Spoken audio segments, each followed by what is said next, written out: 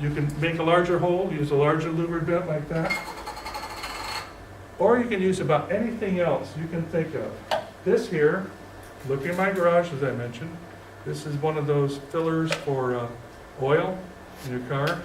I just happened to find that in the garage. Stuck a piece of metal screening material in there, and you can divert the downspout right into there.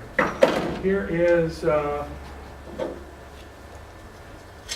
plumbing piece right there. This here is one of those little screens that you put into your drainer in your sink. There's your screen thing right there. It goes right there. You can put the downspout into there. Here is, again, there's several different things you can use. You can use something larger. Put one of these that you have, cut off that. You know, a lot of you have these in your kitchen that you haven't used for 5 years, and you could use that sort of thing. I happened to step on an industrial shop in my garage. I happened to step on the hose. And you do that once, and that's the last time you can use it. It breaks the hose. And I was about to throw it away, and I go, hold on a moment. This is a neat little hose, and you could, you know, attach that to something and put that in there, divert the downspout into there. That'll work too. So whatever you have around the house works. If you can find it, if you can divert the water into the top of the barrel, that's just fine. Here's let me see. Here's one.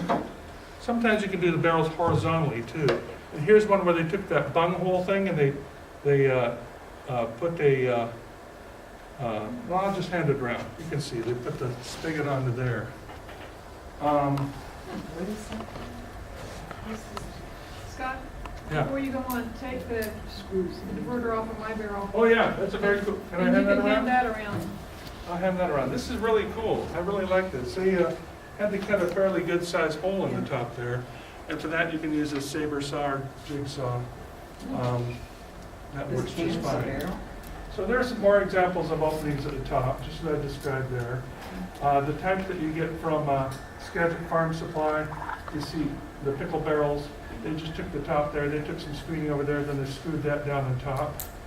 Here's another example of an open top right there. Here's one where they put something, louver type thing right in the middle there, and they diverted the water from the downspout to there. Here they took cut a bigger hole, put screening material on it, used some sort of rivet or screw thing, and they probably put silicone caulking or something around there. So now you're going to need to divert the water from the downspout into a barrel. There's several different ways. You can cut off your downspout here and take your existing part that went down to the splash block and put it up onto the downspout itself. You can just go and buy some extra parts and work them around. Again, whatever works. Sometimes people will take a chain, take off their downspout. They have a chain that lead that on down and the water will follow the chain. And you can go to some nurseries and find really beautiful fancy chains depending on how much you want to spend. And then they also have commercial diverters too. These are ones that I have not found any store around nearby where you can buy one of these, except for that Home Depot one where it comes with the rain barrel and it only fits one size of downspout. But online you can find these commercial diverters that you can hook up to your downspout, and they typically cost around $25 thereabouts. But they have any large variety of them, and I have actually seen people who have taken their downspout like that. There's a diverter. They took their downspout and then just cut along the downspout there, and then just folded down the metal and made their own darn converter. Kind of looked ugly, but it worked. There's another example of a strap around it to keep it from problems there. So now you need to divert overflow. The reason for that is once you fill it up, you don't want the water splashing out all over the place. And typically you do that by having a place near the top there. This one has one screwed in over there, a plastic one. This one I don't have one on there right now, but I could put one on there in just a second. Now, by the way, one thing that you'll see in a lot of the literature is you go and buy yourself a tap and die set or borrow one or something like that, which are expensive as all get out to get a good one, and use that to cut the hole and the whole bit. These were all made, all of these holes that I've used, with a 1-inch spade bit. I just took the drill, put in the spade bit, I should lay that down, and then just drilled a hole in there.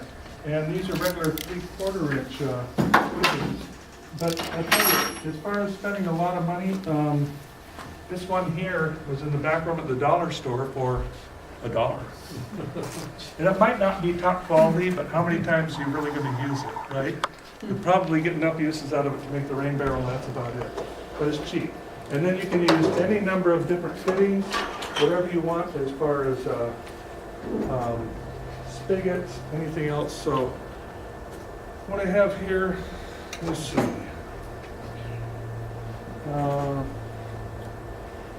Diverting the overflow. You can use something real fancy like you see right there. They put in there. But usually people would just put something like this, a little overflow thing. This one here is a female connector, and these you can get over here at the hardware store for pretty cheap. I mean, like, $1 something.